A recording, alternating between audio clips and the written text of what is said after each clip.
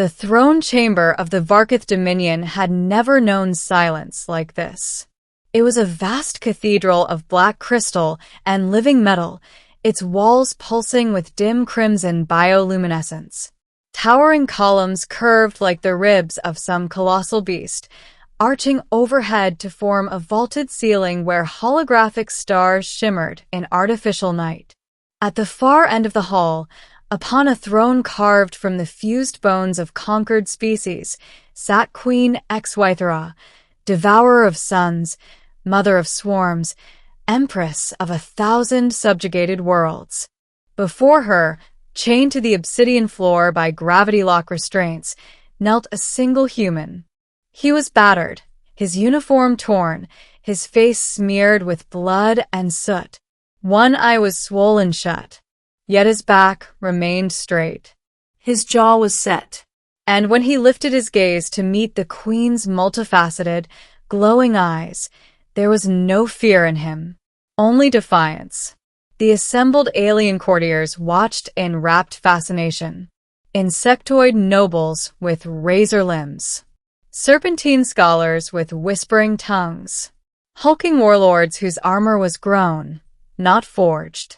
They had witnessed the fall of entire civilizations. They had seen stars go dark beneath the Dominion's hunger. And now, they watched a single human, the last surviving officer of Earth's shattered defense fleet, brought before the Queen for judgment. Queen HFY's voice echoed directly into the minds of everyone present, smooth and terrible. Human, you are the last voice of your species' resistance. Speak your final words before extinction. The human prisoner exhaled slowly. His name was Commander Elias Rourke of the United Terran Defense Force. Though his fleet was gone, his planet occupied, and his people scattered or enslaved, he refused to bow. He lifted his head higher, and he spoke aloud, his voice raw but steady. Your Majesty, he said, forcing formality through gritted teeth. You believe humanity is finished, that we are broken, that we will kneel. He smiled, a thin, blood-stained smile. You have no idea what you've just started. Murmurs rippled through the court. The Queen's eyes narrowed, her mental voice sharpening. Your species has lost. Your fleets burn. Your cities kneel.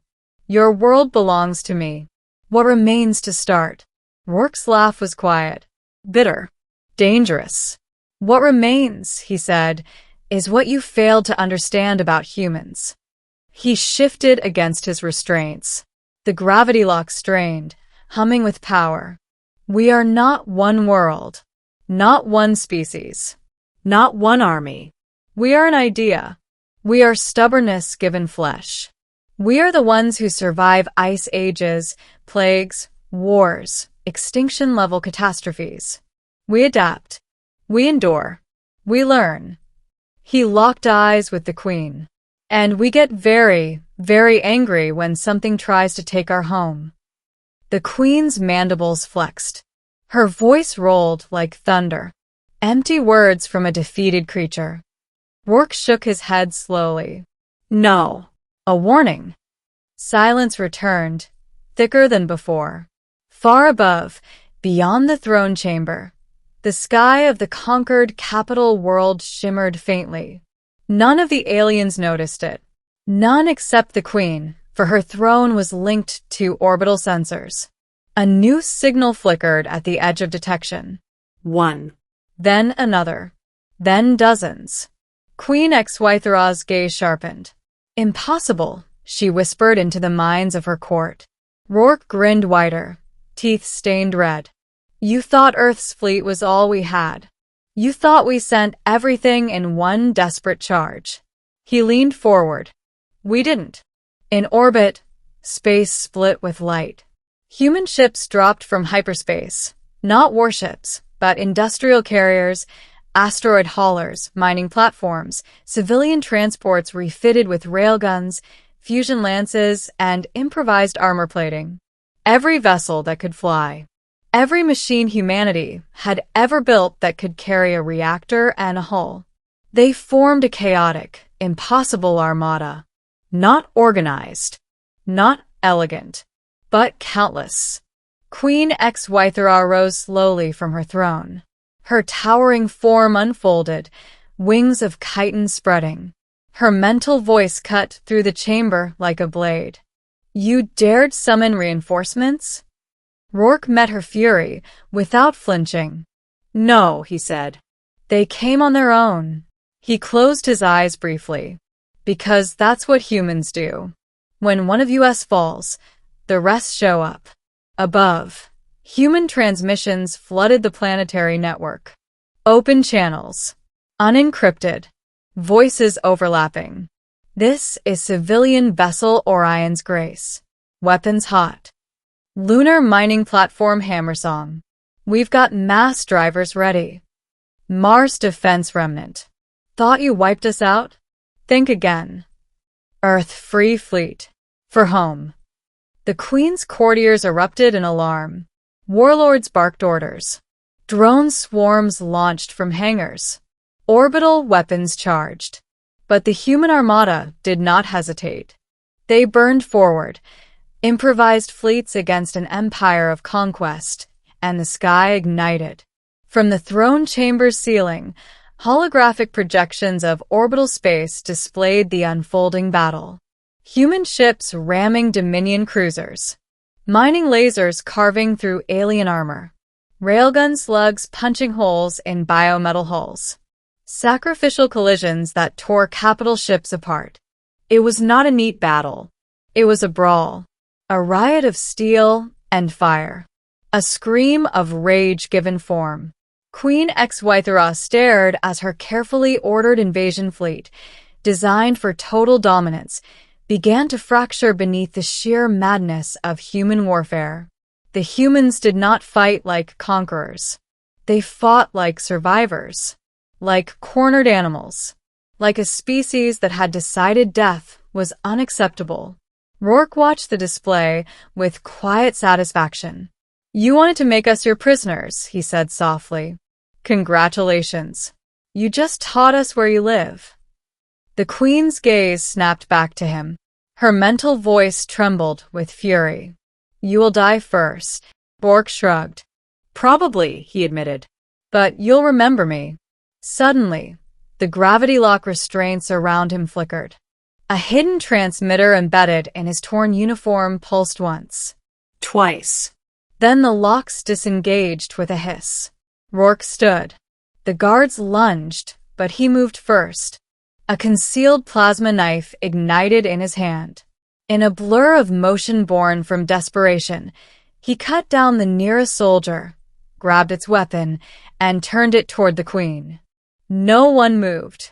Not even the Queen. Rourke aimed the alien weapon at her throne. Here's the thing about humans, he said. When you take everything from us, we stop caring about the cost. The Queen rose to her full height, towering, terrifying. Yet, for the first time in centuries, she felt something new. Uncertainty. Around them, the battle in orbit raged. Dominion ships fell. Human ships died in equal measure. But still they came. Still they fought. Still they refused to stop. Queen HFY lowered herself back onto her throne slowly. Her wings folded. Her mental voice softened. Not in fear, but in calculation. What do you want, human? Rourke lowered the weapon slightly. Freedom for my people, he said. Your dominion leaves Earth, leaves human space. No chains, no tribute, no conquest, and we stop coming for your throne. The Queen's eyes glowed brighter. And if I refuse? Rourke gestured upward to the holographic battle. Then this keeps happening, he said. Forever. You'll win some fights. We'll lose a lot, but we'll never stop. We'll bleed you dry across the galaxy, if that's what it takes. He smiled again. That's the problem with trying to enslave humans. We make terrible prisoners. Silence held the chamber once more. At last, Queen HFY exhaled, a long, slow hiss. Very well, she declared. Humanity will be free. Rourke lowered the weapon fully. Smart choice, he said. Outside, the Dominion's war drums fell silent. Signals of retreat echoed through the fleet. The invasion of Earth had failed. And in the throne chamber of the Varkith Dominion, a battered human stood before an alien queen, and neither would ever forget the day the human prisoner spoke and the queen rose from her throne. Because humanity had not been conquered. Humanity had been awakened. And the galaxy would never be the same again. The queen's command rippled through her fleet. Dominion ships disengaged, folding into hyperspace. The sky above the conquered world cleared, the last burning wreckage fading into the void. Commander Rourke lowered his weapon and finally allowed himself to breathe. Queen HFY studied him for a long moment, then inclined her massive head, not in submission, but in acknowledgement. Go, human, and pray we never meet again. Rourke turned and walked away, limping but unbroken. Behind him, the throne chamber doors parted. Ahead, the stars of a free sky awaited. That day, the Dominion learned a truth written into human history since the first fire was lit in the dark. You can cage a human body, but you can never imprison the human will. And across the galaxy, a new warning spread among the stars. Do not make enemies of humanity, because humans do not kneel. The Queen's command rippled through her fleet. Dominion ships disengaged, folding into hyperspace. The sky above the conquered world cleared, the last burning wreckage fading into the void. Commander Rourke lowered his weapon and finally allowed himself to breathe. Queen HFY studied him for a long moment, then inclined her massive head, not in submission, but in acknowledgement.